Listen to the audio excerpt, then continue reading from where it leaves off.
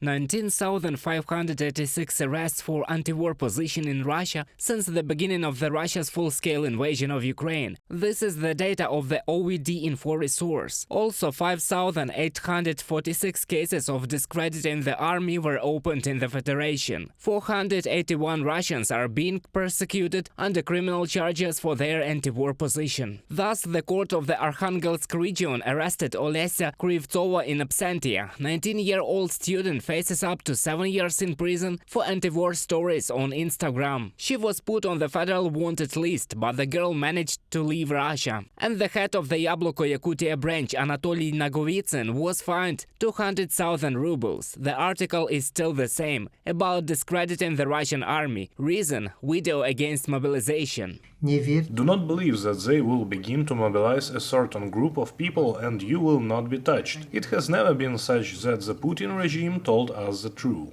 But the Putin regime in its repression often does not stop at fines and criminal cases, experts say. The Kremlin's main weapon is fear. Often a person is brought to the police office and they begin to put psychological pressure, they begin to threaten him, they begin to humiliate him. I will not specify with whom this is connected, but I received similar information from activists from the regions when they are photographed naked in police offices after anti-war rallies, in order to blackmail them later.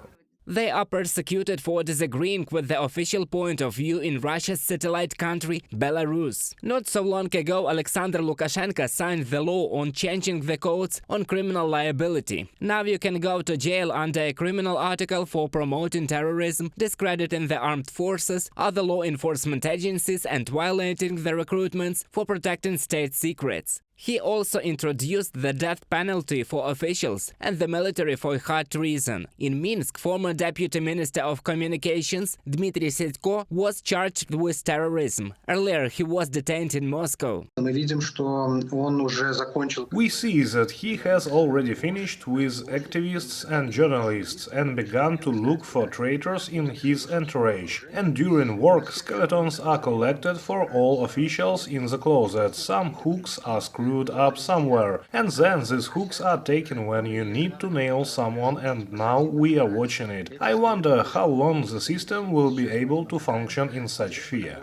According to Deputy Interior Minister of Belarus Gennady Kazakevich, about 1,000 Belarusians are wanted for committing extremist crimes. Not finding the so-called culprits, the Lukashenko regime can punish their relatives. If someone left, an activist or a journalist left Belarus, they come to your family, children, or even a sister and brother. They can detain them, they can confiscate an apartment. We have already gone beyond the legal field. They are looking for hooks, mechanisms such as the old Committee of State Security's crazy school. How to break the people, their political opponents.